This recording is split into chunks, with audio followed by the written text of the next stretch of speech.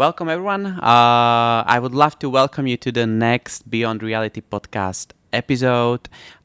Today we are actually having this special episodes from 3Dice conference, and that's very much connected to our guest Tomáš, who is one of the co-founders of this conference. So we will definitely speak a lot about that. But beside that, Tomáš Barnáš is also CEO and co-founder of Overhead 4D, and he's I think I would say like amazing human being as what I learned about a lot about him. But he's also like a pioneer in the space when it comes to the technology. So Tomáš, thanks for being on the podcast. Thanks you for being here with us. Yeah, thank you very much. And thanks for joining us and making this happen. So yeah, I think that's it's really amazing to see what kind of speakers and people you managed to get here on the conference. So thanks for that. And maybe when speaking about it, can we start with it? Can we start with the 3Dice? So how you guys come up with the idea to make such a conference here in the heart of Europe? So this is actually connected also to my main business, to Overhead 4D, where the idea was kind of born, because when we started about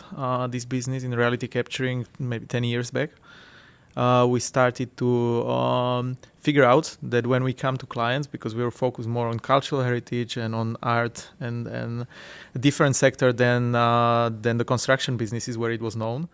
And it was very hard to convince the clients. So we were going to them and they were saying like, okay, nice, we like it, but we get a model and what? We want people come here and we don't want to give them everything digital. They take it and they never come, like to museums and so. So it was kind of like tough fight. And then we start to think, or especially me, that probably it will be interesting to start to educate more people, to engage the community into that, try to motivate people to work and to deliver good quality data.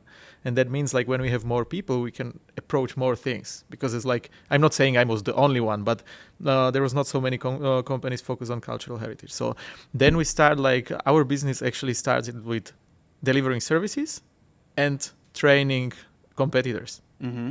And that was really beneficial because it built a very great relationship over 10 years. Most of these guys are here now. So people like from companies like Nira, which is like one of the biggest platforms for 3D data, which we like help them, or like not help them. They were developing it and we were happy to share our knowledge, our data for testing. So it just grown. And suddenly we came to the point that it would be great maybe to start to bring the community to one place. And then we said like, okay, let's try it this year. So we contact all our friends, partners, nice. great companies, and we call them to Prague, because like why we would do it somewhere, like in Germany or so, like So we said like Prague is beautiful and people would love to come here. The connections are great. And yeah, as you said, like we have here companies from all around the world. Yeah, and it started already yesterday with an amazing boat trip, full of great people and discussions. And maybe just can you, to the listeners of this podcast who are thinking about attending the next year, can you maybe just put in front of us some highlights of this year conference? So the boat trip was more like first connection to people which supported us the most. So people like you bringing here the podcast, or other companies coming here as exhibitors or partners. So they help us to make it happen. So we wanted to pay back and to bring them on nice place to meet together and see who else was supporting. So that was like a great start for us. And we wanted that these people know each other and then they go to conference, not the other way around, that you come here, you don't know many people, but the other way. So to get to know each other and then continue the other days. But what are the highlights? I would say the general highlight for us are the speakers. I have to say like these are exhibitors and partners because we got here people which we really like and we know that they are professionals on this industry. So really they are like, I could say like driving this industry, like from Leica, geospatial, which are like laser scanners, InterGeo, reality capture. So they are all really like the industry builders. So they are there for ages and they came to support us. So it's definitely a highlight for people to come, be able to see them, speak with them directly, get all the insights, or they made some announcements like of a new stuff here. So people can learn a lot, meet people which are really from the industry and get inspired and motivated. Well, heads down that you guys put it together. I think it's amazing to see like a full house of these professionals, and I already had the pleasure to have some of those people on the podcast, different episodes, so I can confirm what you are saying. Thank you. Truly experts in their fields, and it was quite inspiring just to speak with them for a few minutes. And coming back to you and the overhead, I just would love to know like your journey, how you started, how you get into this space, and what kept you motivated to become one of the leading companies in this space. Yeah, the journey was, I would say, pretty long.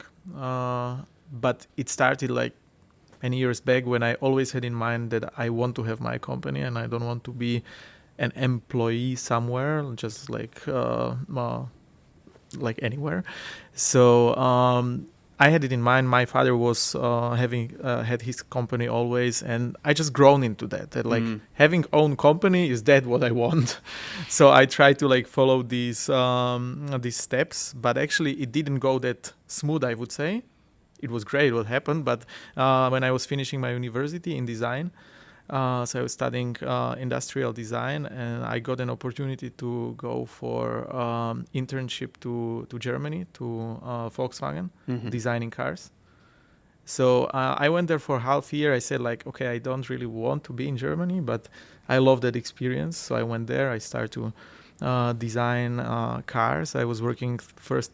So I started to work also in Volkswagen Motorsport, so doing cars like WRC, Polo, and motorsport things. And then it was just extending, So I came there for half a year, then it was 1.5 years, then 3, then 5, then 8.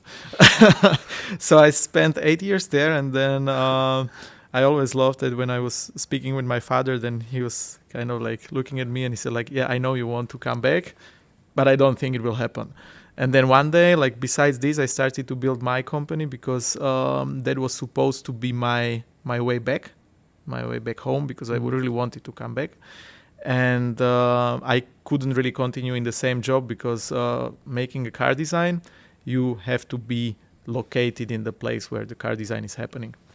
So I spent there a lot of years, and one of the last projects which I have done was redesigning Volkswagen logo.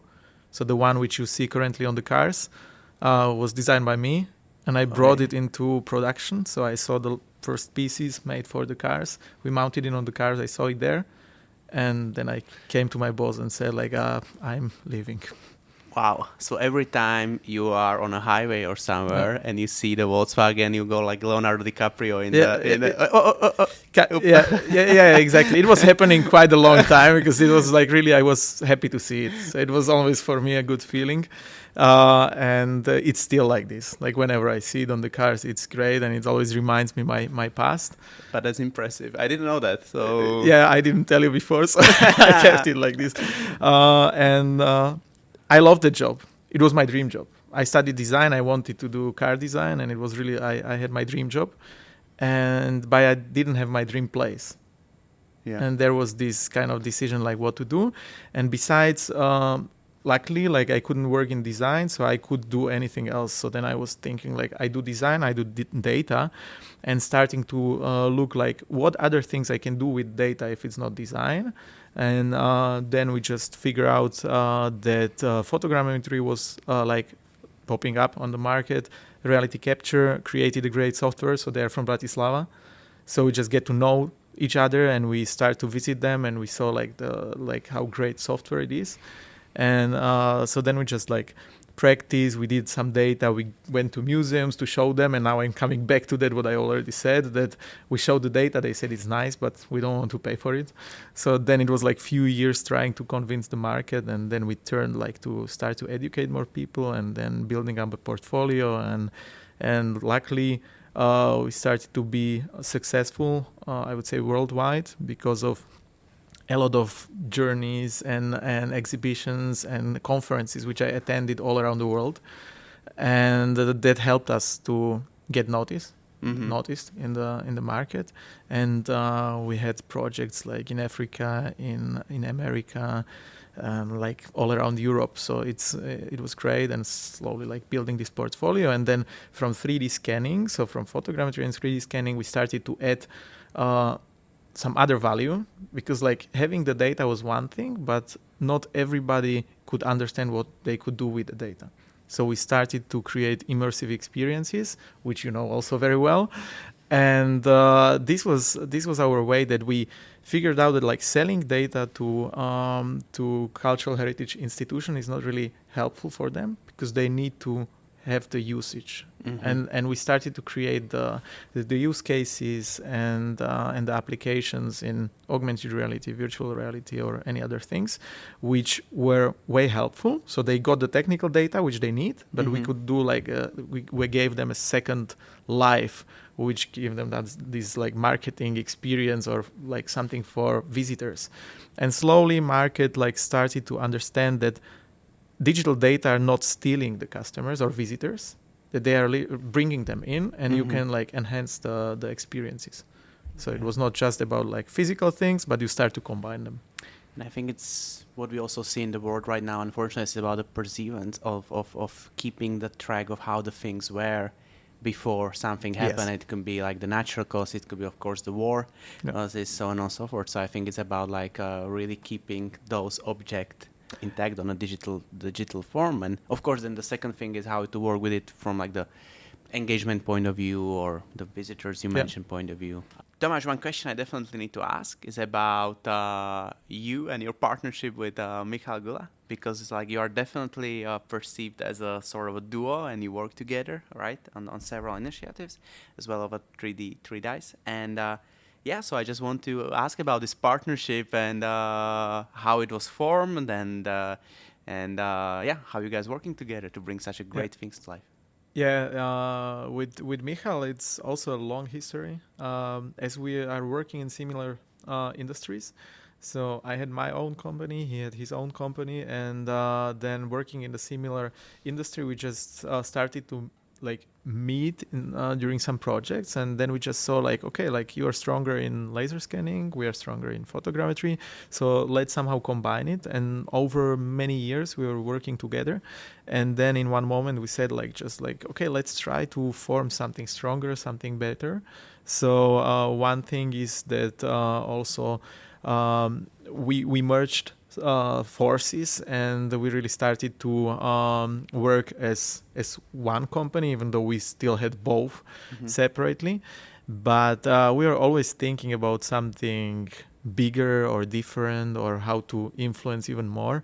And what I was mentioning, that I was really focused on knowledge sharing, and Michal was growing his LinkedIn community and becoming, he doesn't like that word, but becoming an influencer.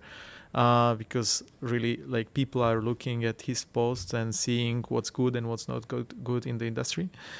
And like just speaking on a daily basis, on daily business, we said that, okay, we have very similar thoughts and approaches we want to get. So we travel together on the conferences. Then we travel also to US, to RCN conference, and we just started to discuss like, that's something what we want to do, because we did like multiple little workshops, and then we just said like we want to grow it. And then we started to have discussions like, okay, but then we need to make some name to it. Like it cannot be like your or mine brand, and we need like a brand which will be not linked to a commercial company, because we want to build a community, and it's not for like these commercial purposes.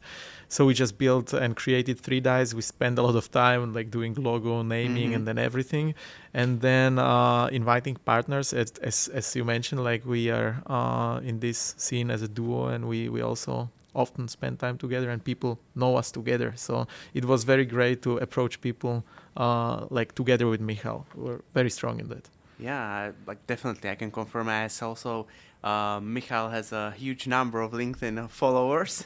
And I would say definitely more than influencer, although he doesn't like it. So it's great to also see his work on that side, like how he can grow the community. And he also has this podcast, right? So exactly. We can mention that it's called LinkedIn Kolotočar. It's yeah, more exactly. like for Czech and Slovak audience, yeah, I believe. And I know that my co-founder David in York. He's a big fan of Michal's work and Michal podcast. So I like it as well. Like they also do it in a great way, and they have also like great attention with nice. that. So maybe there's another tip for the Czech and Slovak listening audience, because we have a lot of episodes in Czech and Slovak. So definitely follow LinkedIn Kolotočári.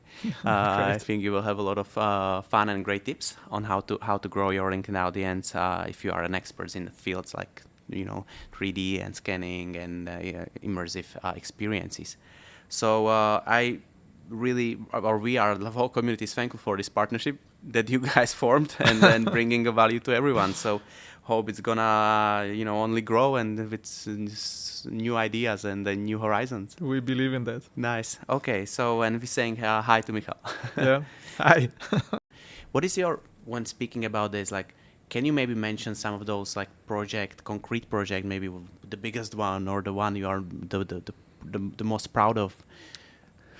Yeah, it's gonna be hard. It's gonna be hard.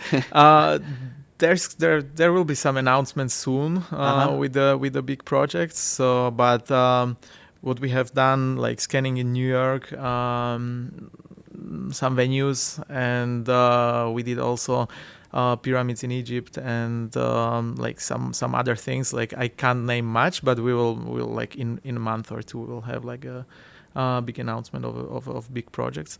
But besides that, we really did many, like dozens of castles in Europe. Or one of my favorite projects is shipwreck sunk in the Baltic Sea, like 72 meters below sea level. Mm-hmm. And the company Ocean Discovery, which are divers, and they are discovering wrecks. They discovered that wreck and they were capturing it by diving there. Mm-hmm. Nowadays, they do it with small ROVs, so small submarines, which just go there and do it in a few days. But this one, they had to really dive in, and that was when they told me that they were collecting data 10 years, because they had to go always dive down to 72 meters below. Yeah. So you have like 5 to 10 minutes per day to take pictures. And you see the visibility is 2 meters, so it's like almost impossible. So they literally they said like 10 years of capturing data, capturing images, and then we start to work with them on that to recreate them into not just a digital copy of what is there currently, but then we worked with historians to reconstruct how that ship looked like in the 16th century. Mm-hmm. So we built it replica. And we made like a little 3D movie with that data, so people could suddenly see how the ship was on the sea, how was the last battle and everything. So bringing the stories to the data. Oh, that's pretty impressive. And if we speak about those like impressive stuff, I always ask my guests about how they see the future. So what do you see it's gonna be for the industry of scanning and for basically this experimental design, working with data, and feel free to look in, per to say, short term, but also a longer term wise, let's say 20, 30 years plus. It's very hard to say or answer this because maybe if you would ask a year ago, it would be different. But when we saw what happened within a year with AI, and the industry completely changed. So like the AI we have mainly in, like, I would say like still 2D, 3D is enhanced with AI, but still not in such a perfection than all the other. Yeah. But that's something where we will get. And if we will get there, I don't like when people are saying like this will take our jobs. It will not, because someone has to work with the AI. Mm-hmm. It will just change the pace. And the pace will just speed up. If you would like to make like a digital copy of the Prague, probably you will do it in 3 days. Today you would spend like half year of doing it. So this is something where I see it's going. There are new technologies as Gaussian splatting, which are already combining some AI enhancements and creating the data much better visually. So the glass looks fine, which was not possible before. Like whenever you scan something, the glass was not there or it was looking very bad. Now with this, you capture reflection, you do everything. So it's really like pushing the boundaries, and I think we'll be able soon. We are already able to make it so that you will be hardly making decisions whether this is like a digital data or it's video of the real life. So you can already do it, but there are still like steps which are necessary to do that. But I think soon it will be the same like taking a video. You'll just run around with a phone, and you will have that video, but plus the 3D data on the background, and you could just change the path and do everything. And beside AI, do you see any other strong element playing out in the future? It could be a specific hardware or whatever that is. Like everything is growing, so you can see, like, if we don't speak about AI, then for example, like Google Maps or any other data providers or map providers, they are turning the data or the maps into 3D. So even that, like, supporting and viewing this data, and for that it's amazing. Like, also I mentioned them already, but Nira the company, they have really like crazy way how they can display a huge amount of data. So they are already able to do it now. So if this is like just getting better with new GPUs and everything, so yeah, displaying huge data, you don't need to spend time on optimization, and yeah, it will be like easy to get like a real world in 3D. And speaking of the future, what will be the future of overhead, and what will be the future of 3Dice? Yeah, the future of overhead 4D is it's clear. Like, we are going to build more and more experiences and turning the data into something which has another value than just. I don't want to say just. It's not just. Also, having the data and proper data, it's very valuable, but giving the data the second life, how it was in the past, telling stories, and that's our target. So we are more turning into storyteller than into a data provider. And the same is like with 3Dice. We just want to grow this community, and we want to bring these very influential people to one place, and being able to be in direct contact with people which are growing this industry. Because one thing is to be online on a calls, or like everybody got used to during COVID and so, but still being with that people and speaking with them, shake hands, and then like spending time and speaking about other stuff than just the business is really opening you doors. And it's not about like getting more money from something, it's just getting the possibilities of doing things different. Yeah. Because then you get the informations, and you can work with them better than if you try to write to someone on info email and get the feedback like how you can fix this issue. It's like there are like great relationships which we had with many companies, and if we had trouble because, like, I don't know, the software had a bug, or we had some problem which we couldn't fix, and you have someone to call, and they will tell you like, yeah, I'm developing this software and I know how to fix it, you have the answer immediately. It doesn't cost anybody anything. It's just helping to proceed. Just to make the community stronger. Exactly. So the next year, the plan is already obvious. You will be here at 3Dice because it's amazing conference full of great people and speakers and professionals. So thank you for organizing this, Tomáš, and bringing community together. Thank you for having us as a Beyond Reality and Yort together here. Appreciate it, and already looking forward to our future collaborations, but also for the next year conference. Yeah, thank you. Thank you for being here.